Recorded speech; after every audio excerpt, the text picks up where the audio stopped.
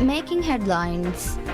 The Maldives condemns the burning of Kamal Adwan Hospital in Gaza by Israel, urging the international community to stop such war crimes against Palestine. The Economic Ministry says that the China-Maldives Free Trade Agreement promises to create new avenues for Maldivian businesses to market and sell their products in China. And the Construction Ministry announces plans to upgrade Malé roads to modern standards with the assistance of the Chinese government.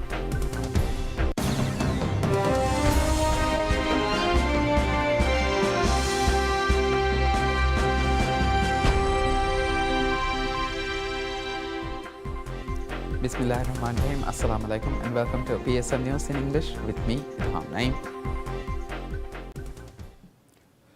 Maldives condemns the burning of Kamal Adwan Hospital in the northern Gaza Strip by Israeli forces, urging the international community to stop such war crimes against the Palestinian people.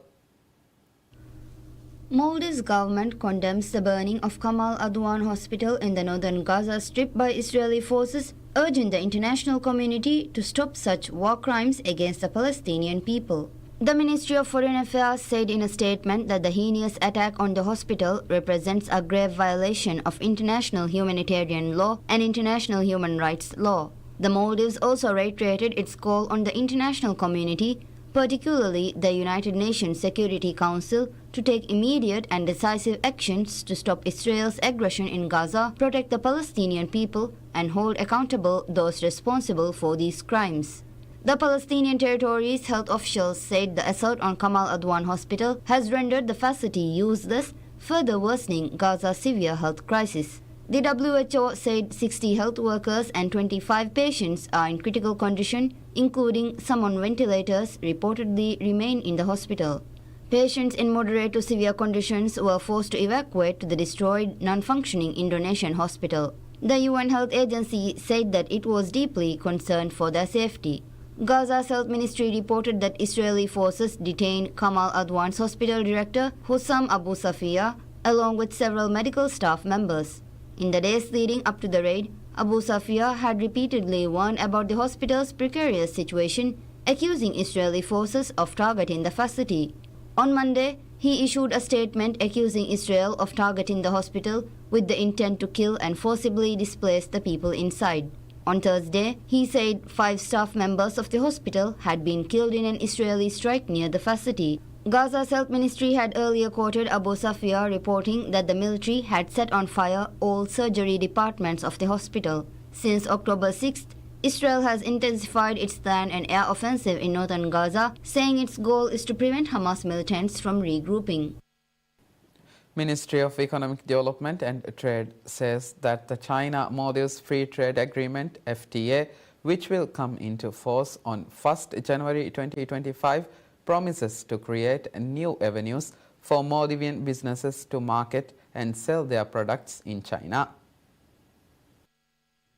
The FTA, aimed at promoting trade and investment between Maldives and China, was signed in 2014 and approved by the Parliament in 2017. However, its implementation was suspended following a change in administration in 2018. President Dr. Mohammad Muiz, who assumed office in November 2023, and his administration have been actively working towards implementing the FTA. According to the government, it will introduce significant changes such as reducing the cost of imports from China and enabling local businesses to expand their products and services into the Chinese markets. The Economic Ministry highlighted several expected benefits of the FTA. For Maldivian businesses, the agreement will lower import costs, especially for everyday household items, and increase the variety of product brands available. The fisheries and construction industries are also set to gain from the FTA, with duty waivers on equipment required for these sectors. Import duties on a wide range of items and resources essential for creative industries will also be waived. The ministry said that the FTA is also expected to pave the way for Maldives' economic diversification and further expansion of the economy. The Economic and Technical Cooperation chapter of the FTA will support human resources development and capacity building efforts in the Maldives, assisted by China. This includes increasing skills for Maldivians and job creation, as well as seeking Chinese assistance in further developing and expanding the research sector. The FTA also aims to hold investment promotion efforts to increase Chinese investments in various Maldivian economic sectors. The ministry added that architects, medical professionals, and other service sectors will be able to market and expand their services to Chinese markets through the agreement, further boosting job creation in the country. According to the government estimates, China-Maldives trade currently surpasses $700 million annually. President Dr. Moises' administration anticipates that this trade volume could raise to $1 billion with the implementation of the FTA. The Ministry of Construction, Housing and Infrastructure announces plans to upgrade Malé roads to modern standards with the assistance of the Chinese government, aiming to address all existing issues with the roads and effectively resolving them. The Maldives government signed an agreement with the Chinese government to build the roads of Malé and Villa Malé during President Dr. Mohamed Moises' visit to China in January this year. Since then, a team of technical experts from China visited the Maldives to conduct research, which concluded on November 22nd. Speaking to PSM News, Minister of State for Construction, Housing and Infrastructure Ibrahim Nazim said that the ongoing works include the preparation of a feasibility study by the Chinese team. He said the project's planning and implementation can commence only after the feasibility report is completed. The state minister expressed optimism that the project would bring out a comprehensive and permanent solution to all issues encountered in the existing roads. It is also expected to solve the flooding caused due to heavy rain.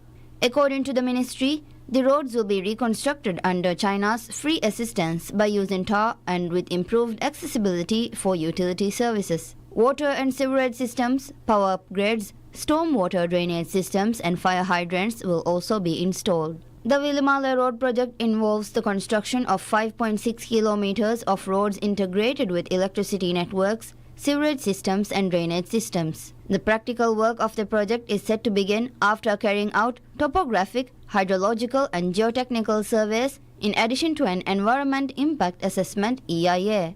The surveys were handed over to the Road Development Corporation RDC earlier this year. The new road development initiative was prompted by the long-standing issues of poor road condition and flooding in Malé City. Although previous attempts were made to address the issue, a permanent solution has not been implemented to date. Ministry of Climate Change, Environment and Energy reveals that the Maldives has made significant strides in its ambitious 5 million tree plantation program, with over 450,000 trees planted so far this year.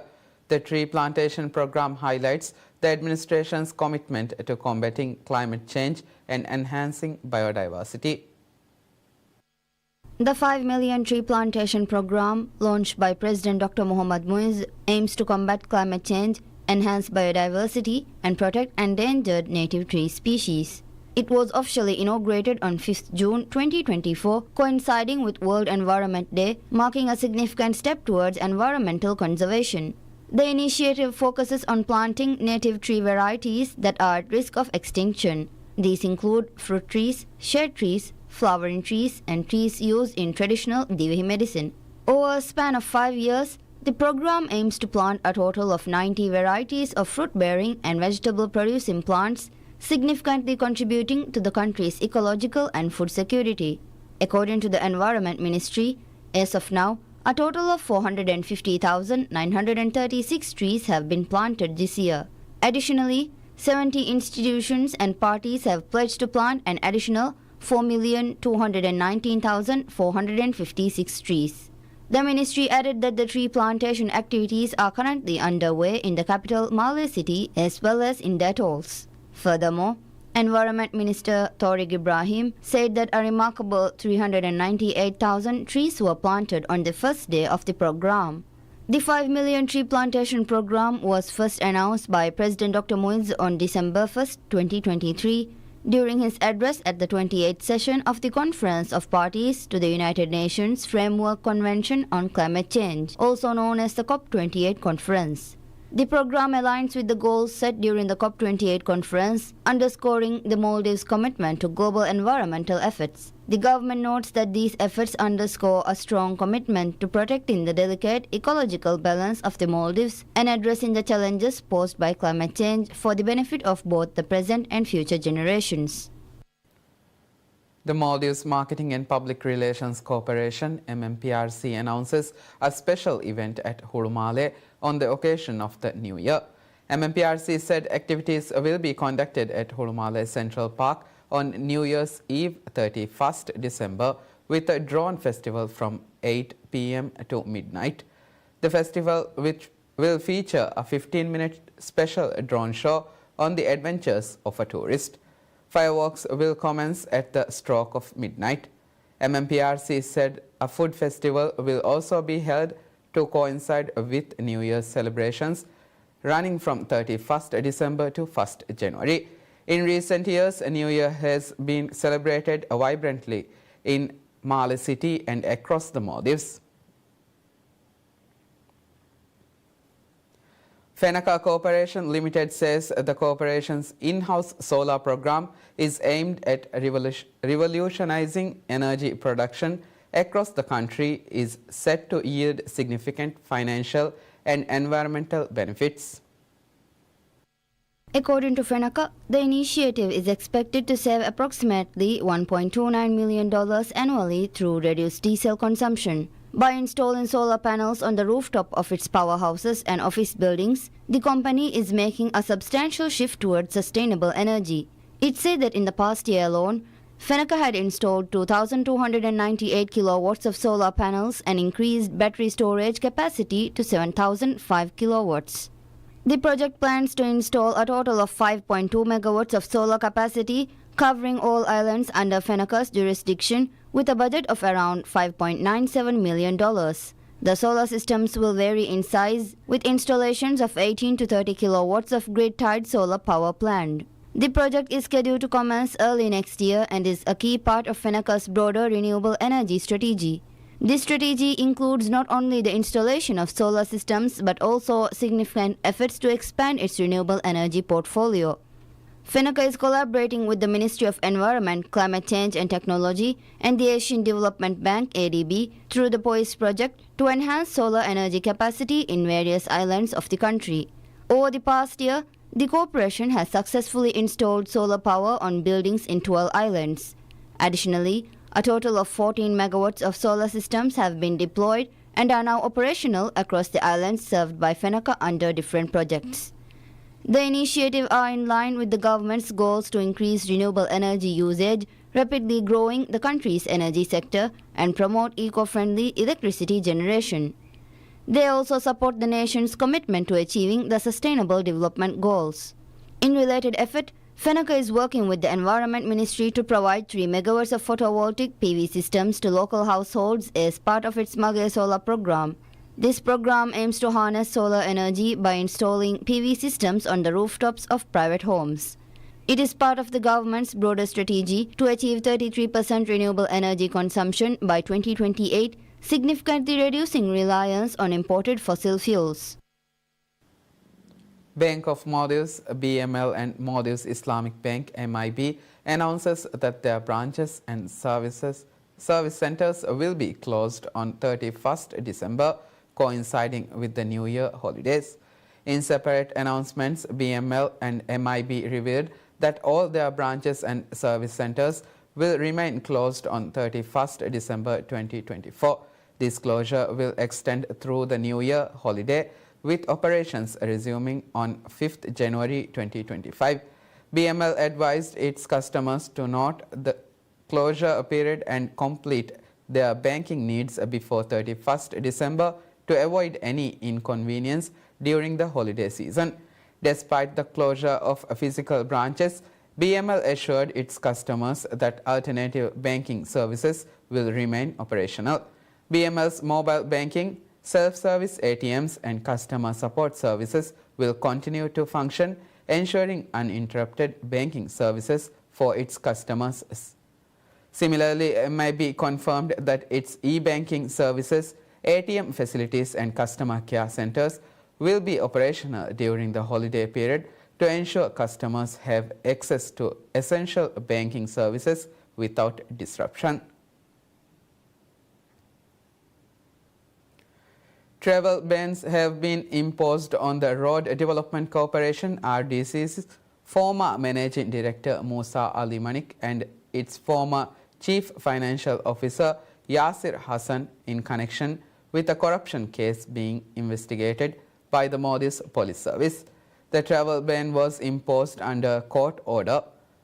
According to the case, significant sums of RDC funds were deposited into the personal accounts of some senior officials of then ruling Maldivian Democratic Party (MDP) and companies linked to them, while USD 907,965 in RDC funds entered the personal accounts of a top official at RDC.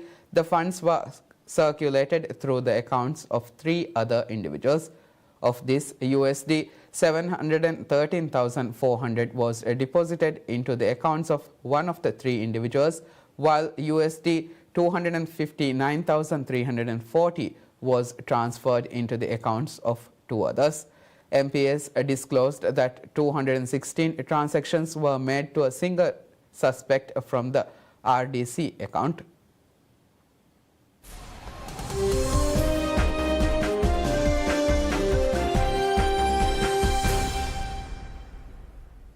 Wall Street's holiday cheer ended abruptly, with all 3 main benchmarks closing lower in a broad-based sell-off affecting even tech and growth stocks that had driven markets higher through much of the shortened trading week. The decline ended the Dow Jones Industrial Average's 5-session winning streak that had followed a 10-session decline, its worst losing stretch since 1974.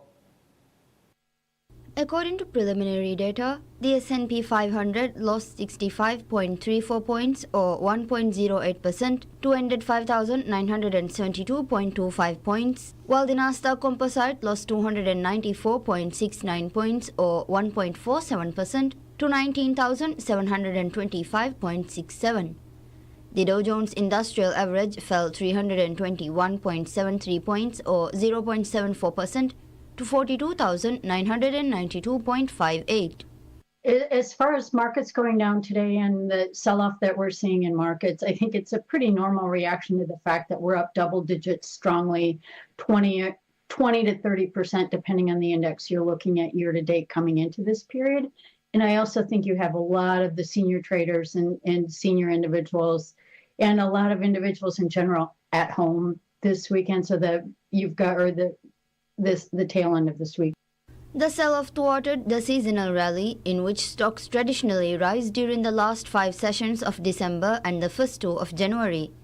According to the Stock Traders Almanac, since 1969, the S&P 500 has climbed 1.3% on average. Thursday's session hinted at momentum stalling, with both the S&P 500 and the Nasdaq posting marginal losses to end multi-session winning runs. Rising U.S. Treasury yields had been catching investors' attention, with the benchmark 10-year note hitting a more than 7-month high in the previous session. The yield hovered close to that mark on Friday at 4.62%. Higher yields are seen as hampering growth stocks as they rise borrowing costs for business expansion. These stocks, especially the so-called Magnificent 7 technology megacaps, which had been key drivers of the market's 2024 rally, were also caught up in the Friday's sell-off. Most of the 11 major S&P sectors fell. The worst performers on Friday were the 3 indexes which had been 2024's leading lights: consumer discretionary, information technology, and communication services.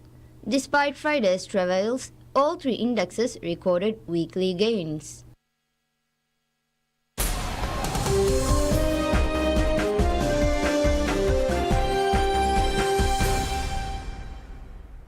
Over 100 people were killed when an airliner landed without wheels, veering off the runway and erupting in a fireball as it slammed into a wall at South Korea's Muan International Airport on Sunday, the National Fire Agency said.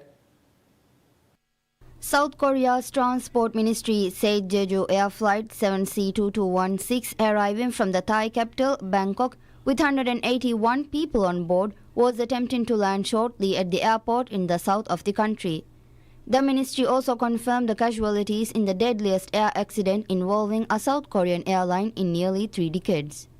2 crew members, a man and a woman, were rescued from the tail section of the burning plane.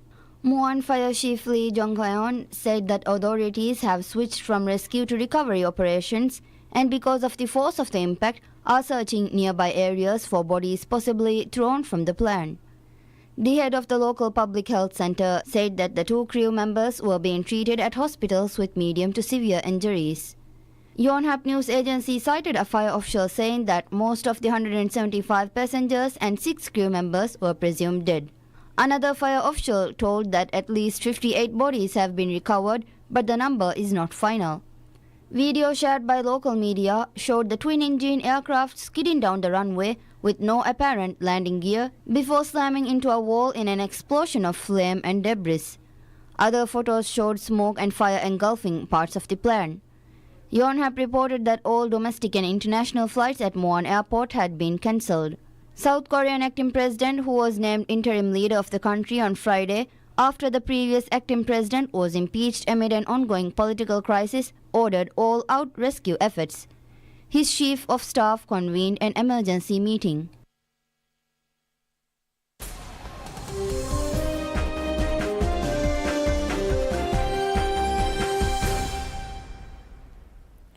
Law Connect took line honours at the Sydney to Hobart race for a second straight year in a race marred by the death of 2 sailors, the first loss of life in the prestigious ocean race since 1998.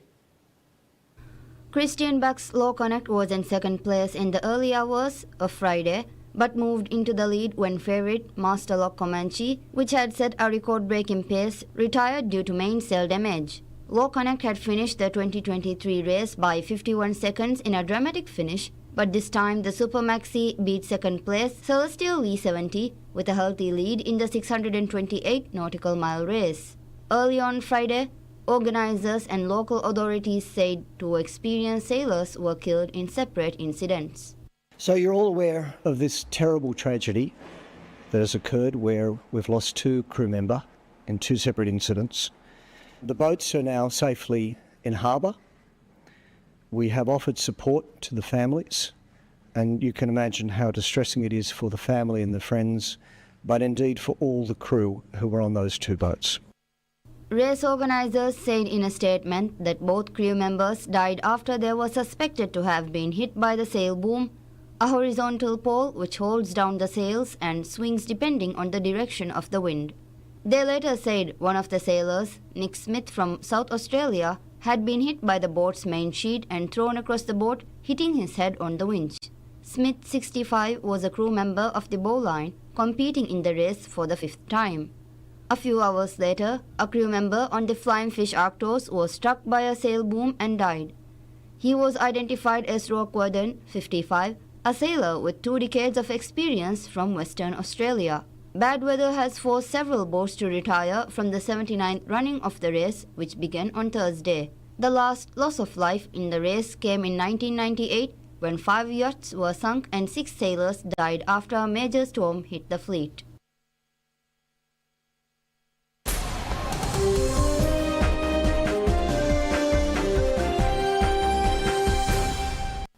Wood shavings littered the floor of Sakhi's cramped workshop in the Afghan city of Herat as another rubab. The national musical instrument of his homeland took shape under his deft hands. Sakhi has crafted 2 rubabs a month for decades and he refuses to set down his tools even as a Taliban crackdown strangles music in Afghanistan. The craftsman in his 50s, whose name had been changed for his safety along with those of others interviewed, said that the cultural value was far more important to him than the money. The UN agency UNESCO agrees, recognizing in December the art of crafting and playing the rubab as intangible cultural heritage in Afghanistan, Iran, Tajikistan and Uzbekistan. Made of dried mulberry wood and often inlaid with mother-of-pearl, The lute, like rubab, is one of the oldest instruments in the region, its twanging sound stretching back thousands of years. But the heritage is threatened in Afghanistan under the Taliban's authorities' near total ban on music. Since coming to power in 2021, Taliban authorities have banned music in public, from performances to playing tracks in restaurants, in cars or in radio and TV broadcasts. They have shuttered music schools and smashed or burned musical instruments and sound systems.